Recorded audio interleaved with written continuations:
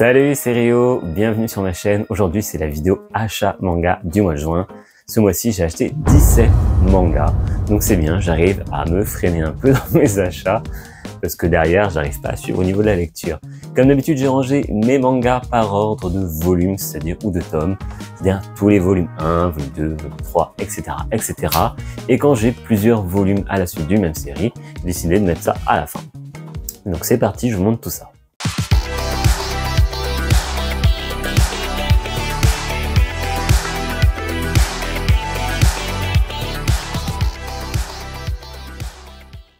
On commence avec les tomes 1, les volumes 1, donc ça va être que des nouveautés. Et on commence avec Blood Crawling Princess, une nouveauté dont je vous ai parlé dans la vidéo des présentations des mangas du mois de juin, qui à la lecture du synopsis m'a vraiment donné envie. Et clairement, je vous le dis d'avance, mais je ne suis pas déçu. Donc c'est l'histoire de Evita, une princesse qui vit dans un royaume très paisible avec sa famille. Sauf qu'un jour, le pays voisin décide de les attaquer. Presque tout le monde meurt et elle va réussir à se cacher dans une pièce secrète du château. Mais très vite, en fait, elle va être retrouvée par quelqu'un qui passait par là, mais qui ne semble pas vraiment hostile envers elle. Il va lui dire, si tu veux garder la vie sauve, renie en fait le pays d'où tu viens et fais croire que tu viens d'ailleurs.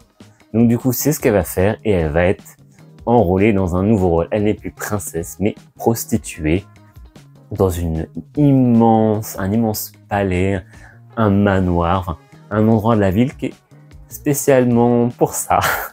Et du coup, elle est un peu devenue la prostituée de luxe. Mais bien sûr, alors, elle va mener une vie comme elle peut, assez difficile, mais elle a vraiment un plan derrière la tête, c'est se venger. Donc clairement, j'ai lu le premier tome, c'était vraiment excellent, je vous en parle dans la vidéo de la semaine prochaine. Ensuite, j'ai acheté aussi en édition collector Vavan Vampire. Alors, je sais toujours pas s'il faut penser en anglais, en français ou je ne sais pas quoi. Et j'avais trouvé l'histoire intéressante, l'histoire d'un vampire qui travaille dans un bain public et qui en fait, il travaille pour cette famille depuis des années. Et là, il se trouve qu'ils ont un adolescent chez eux qui est encore vierge et en fait le vampire lui son kiff c'est les adolescents puceaux comme il le dit et vraiment il veut mordre dans ces adolescents parce qu'ils ont vraiment bon goût et du coup ce qu'il décide de faire c'est de protéger cet adolescent de toute tentation, sauf que malheureusement il est au lycée et les premières amourettes arrivent et qui dit premières amourettes peut dire débordement sur des choses un peu plus torrides. Et donc notre vampire va tout faire en fait pour empêcher que cela arrive et franchement c'est vraiment très drôle. Alors dans cette édition collector, il y avait du coup le manga avec sa jaquette alternative puisque la jaquette originale, comme ça dans l'autre sens, elle était là. Honnêtement, je préfère presque la jaquette originale à l'alternative. Ça, c'est une histoire de goût. En plus de ça, on avait un petit ex-libris,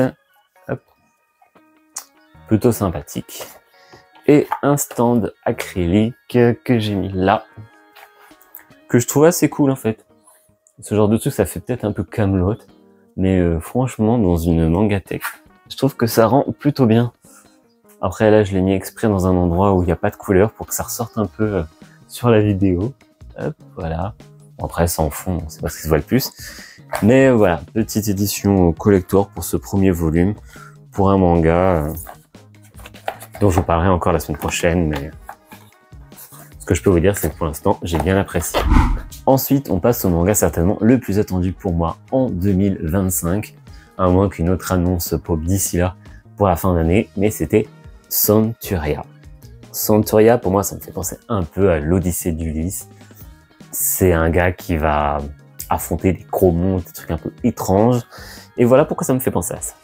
Donc dans Centuria, c'est l'histoire de Julian qui en fait décide d'embarquer dans un bateau où il y a plus de 100 esclaves. Il devient le 101e esclave. Il va faire la connaissance de ces esclaves et surtout d'une esclave qui est enceinte, Mira. Ils vont se lier clairement d'amitié entre eux. Elle va même presque devenir en fait une mère pour lui parce que c'est un adolescent. Et ils vont discuter vraiment, ils vont être très attachés. Sauf que bah il va se passer quelque chose. Donc je vous ne spoilerai pas, ce serait dommage de vous spoiler, mais je pense qu'après la jaquette parle clairement d'elle-même. Il va arriver un malheur, tous les esclaves vont mourir, il va se retrouver seul avec l'enfant et il va arriver sur ce continent où il espère mener une nouvelle vie. Sauf que les choses vont peut-être pas se passer aussi facilement qu'il espérait. Des fois, l'herbe n'est peut-être pas plus verte ailleurs.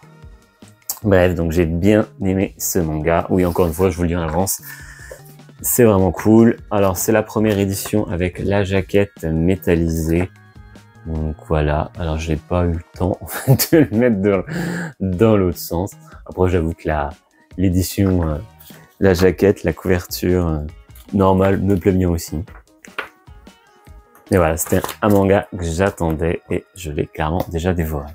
Ensuite, dans les volumes 2, j'ai acheté Ghost and Witch. Donc volume 2. Donc c'est l'histoire de Saku qui a un souci, elle commence à avoir des écailles qui poussent sur elle, elle se transforme en serpent, elle décide de venir en Irlande pour aller voir une source d'eau qui est soi-disant magique et qui pourrait réaliser son souhait, donc enlever cette malédiction. Mais elle va tomber sur une sorcière qui va un peu profiter de son malheur et elle va être enrôlée dans le quotidien de cette sorcière. Le premier tome m'avait plu sans vraiment m'emporter énormément, donc j'ai quand même acheté le deuxième tome pour voir ce que ça va donner. J'avoue que c'est une autrice dont le premier manga m'avait toujours avait éveillé ma curiosité, mais j'avais jamais vraiment passé le pas. Donc je me suis dit, allez, je vais tenter cette œuvre-là. Donc je vais tenter le deuxième tome et voir si j'accroche vraiment ou pas. Toujours en volume 2, j'ai acheté Blaze. Et Blaze, c'est vraiment un manga que j'adore. Si vous avez vu ma vidéo précédente, Matière Liste. Et c'est l'histoire en fait d'un garçon qui va faire un concours de mode organisé par son lycée. Et lui, en fait, il va maquiller une modèle un peu trouvée par hasard, une déléguée qui passe ordinairement inaperçue et finalement qui a tout pour être une top modèle. Et du coup, il va faire le make-up et là, il va vraiment se rendre compte que ce qui était pour lui une passion un peu secrète, va finalement devenir vraiment quelque chose où il va falloir y aller à fond et tout donner pour cette passion, quoi.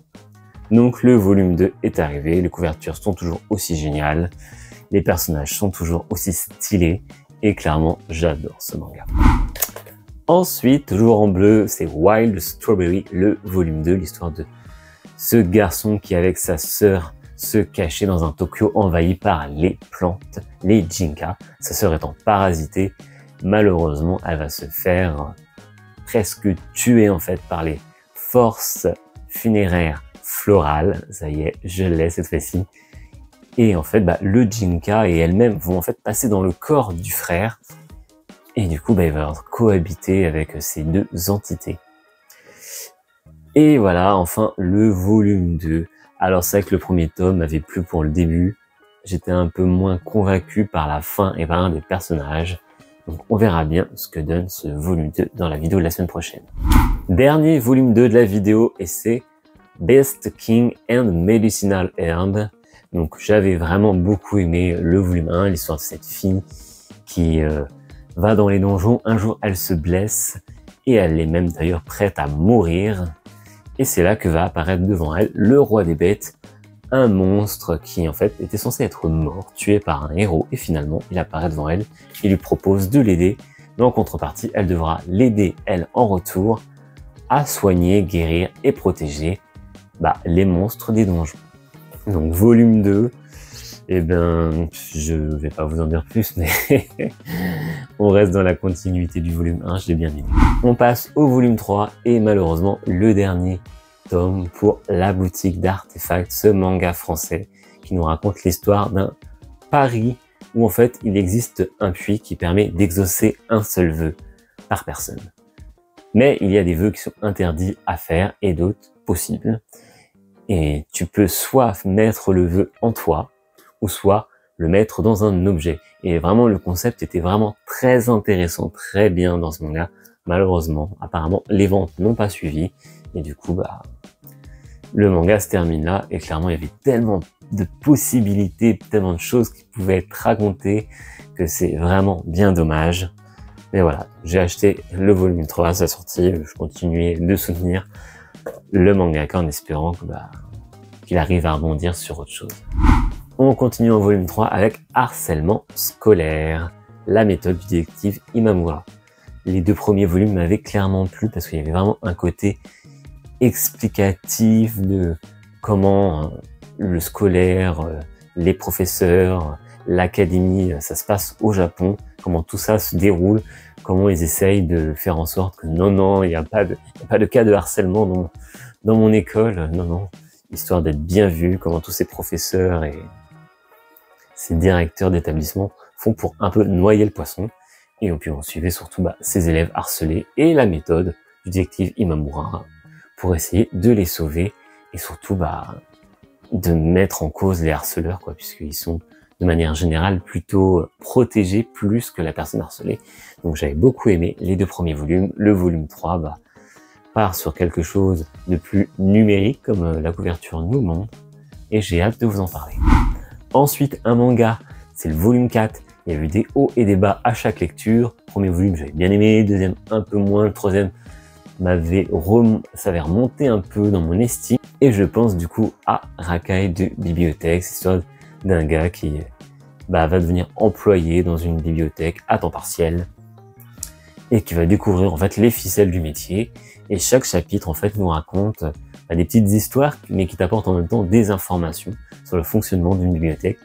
Parfois intéressantes, parfois très utiles, parfois trop longues et parfois très sympa. Donc en fait, faut trouver l'équilibre. Le deuxième tome m'avait pas du tout convaincu au niveau de cet équilibre, mais le troisième si, donc je laisse sa chance avec un quatrième volume et j'espère que la pente va remonter toujours dans le positif. Ensuite, j'ai acheté Tsugai, le volume 7. Alors je suis très en retard sur Tsugai, mais j'achète quand même les volumes. Bon, faut dire, je dois avouer que parfois j'achète certains volumes de manga pour compléter des commandes internet pour être sûr d'avoir les frais de port. Et donc là, ça devait être certainement Tsugai que j'ai voulu acheter pour ça. Ou alors c'était pour les cartes, je sais plus. Bref, donc je n'ai pas lu, mais Tsugai pour l'instant, j'étais un peu partagé, je savais pas vraiment où l'histoire allait. Je suis resté bloqué au volume 2. Je suis resté bloqué au volume 2. Et ça va venir, je vais lire la suite, mais comme d'habitude, j'essaye de lire un truc complet pour me mettre à jour et je repars sur autre chose pour tout lire, pour être à jour, bref. Donc petit à petit, je vais y arriver. Pour ça qu'il faut que je freine comme même mes achats. On passe au volume 8 de Punking Night, notre tête de citrouille serial killeuse préférée. Et franchement, toujours un plaisir aussi gore, aussi jouissif. C'est gore, c'est violent, c'est drôle, c'est malsain, mais qu'est-ce qu'on passe un bon moment puisque c'est très divertissant quand on aime le genre. Donc Punking Night, ça passe vraiment d'un quelque chose de très thriller, de très slasher, à quelque chose d'un peu plus psychologique, un peu plus sombre. Bref, on commence finalement à s'attacher à ce qui était à la base l'antagoniste et qui maintenant est devenu le protagoniste de cette histoire. Bien sûr que ça fait longtemps que je vous en ai pas parlé et c'est Médailliste, le volume 9 qui est sorti donc pour ce mois de juin. Clairement, je vais le dévorer, c'est pas encore fait. C'est toujours très très bien. En plus, la fin du tome précédent, ça laissait sur un suspense assez insoutenable. Je comprends pas d'ailleurs pourquoi je l'ai pas encore dévoré, mais c'est ma lecture en cours puisque j'ai mon petit marque-page dedans. Donc ça va être fait très rapidement. Ensuite, j'ai acheté le volume 12 de Shadows House. Et oui, parce qu'en fait, je m'étais vu offert les autres volumes. C'est où Shadows House? J'ai changé tout. Ah oui, bon, c'est là. Et dans le lot, j'avais oublié de dire qu'il me manquait le volume 12. Donc voilà, ça va être complété. Je vais pouvoir lire la suite. Et bientôt être à jour si je me dépêche. On poursuit avec Dan Dan Dan. Alors, Dan Dan Dan, du coup, j'ai choisi son édition, je sais pas si c'est vraiment une édition collector, mais plus, je dirais, limitée, avec sa jaquette transparente. J'avoue que ça fait vraiment le taf. Ça rend vraiment super bien. Alors, dans l'autre sens, c'est peut-être mieux pour vous. Mais franchement, la superposition des couleurs et tout, ça rend plutôt bien. Donc Bodam Dadam, hein, ça change pas, c'est toujours aussi sympathique. On passe un bon moment, parfois très drôle, parfois ça commence à se prendre en sérieux. Il y a tout, il y a de l'humour, il y a de l'action, on passe un bon moment, ça se lit super vite. Mais franchement, ça ne déçoit pas. Et là, on va donc passer à ce que j'ai acheté en plusieurs volumes. Et je pense que vous le savez certainement, mais j'avais craqué pour le tome de Berserk, volume 1, avec cette superbe édition. Donc bah voilà, maintenant il me reste plus qu'à la lire, je l'ai toujours pas fait. Je me le gardais en dernier en espérant lire tous les autres avant. Donc c'est pas encore fait, alors que je me dépêche parce que j'aimerais au moins vous donner mon avis, au moins du premier volume pour la vidéo de la semaine prochaine. Donc franchement, belle édition. Elle est vraiment cool, alors j'en profite pour vérifier parce que j'ai vu pas mal de choses passer sur internet. Certains avaient le bouquin dans le mauvais sens, c'est-à-dire qu'ils avaient le manga, enfin la couverture là, ils ouvraient et en fait tout était à l'envers. Donc j'en profite pour vérifier, non, tout n'est pas à l'envers, tout va bien sur mon édition du premier volume. Franchement, une belle édition, mais bon, une belle édition qui est entachée par déjà des petits soucis avec son volume 2. Alors oui, j'ai déjà acheté le volume 2, alors que j'ai pas lu le premier volume, parce que bah je me dis que je vais accrocher, enfin il y a intérêt que j'accroche, sinon tant pis, ça finira sur Vinted. Mais du coup, le volume 2, vous avez certainement entendu parler, il y a une petite coquille au niveau du dessin, puisqu'on a une illustration en noir et blanc qui a été retouchée, puisqu'il y avait les textes en japonais. Et malheureusement, bah, ça a été retouché de façon très maladroite. D'ailleurs, beaucoup avaient soupçonné l'IA, et bah, l'éditeur est venu s'excuser et a dit que d'ailleurs ce n'était pas du tout l'utilisation d'IA pour corriger le dessin. Honnêtement, j'avoue que ça laisse un peu perplexe parce que bah voilà, c'est une arme, une épée sans manche. C'est un peu compliqué de se dire mais qui a validé ça, sachant que tout le monde sur internet arrive à trouver l'image d'origine sans les textes en japonais dessus. Alors au niveau qualité, c'est pas ouf. La personne qui a fait la qualité sur ça, bah va peut-être falloir revoir un peu les exigences à la hausse, parce que là pour le coup ça fait de la peine quoi. D'autant que cette édition elle coûte 24,99 € ou 90, et un tome solo c'est 7,50 €, donc 15 € de tome. Là on a quand même 10 € de plus pour le même manga, donc franchement ouais, ça fout un peu les boules d'avoir une édition un peu entachée par des petites choses comme ça. En plus, bah bon, ils se sont excusés, ils ont dit qu'ils allaient réimprimer, mais le souci, bah c'est selon où t'as acheté, des fois tu peux pas retourner le manga, hein. Moi je sais que j'ai acheté dans un Leclerc culturel, à mon avis ils vont certainement pas me le reprendre pour dire ah oui on sait, il y a une réédition, tout ça. Je ne pense pas, hein. Je peux tenter mais j'y crois pas trop. Donc voilà, c'était mes achats pour le mois de juin. Donc j'ai réussi à freiner. En même temps, faut dire qu'avec 2 tomes de Berserk dans mes achats, ça fait déjà 50 €. Ça fait déjà franchement un beau budget. Donc voilà, c'est la fin de cette vidéo. Je vous retrouve la semaine prochaine pour ma vidéo de mon bilan lecture. Et puis si vous êtes à Japan Expo, on peut se retrouver là-bas. Donc au moment où sortira cette vidéo, on aura déjà la première journée de fini. Mais je suis là pendant les 4 jours, donc si vous voulez passer me voir, me faire un petit coup, discuter, il n'y a pas de souci, je serai là et je discuterai avec vous avec grand plaisir, puisque comme je dis déjà dans les commentaires, j'adore répondre à vos commentaires et discuter avec vous. Donc je vous donne rendez-vous à Japan Expo ou la semaine prochaine pour une nouvelle vidéo. C'était Rio, salut!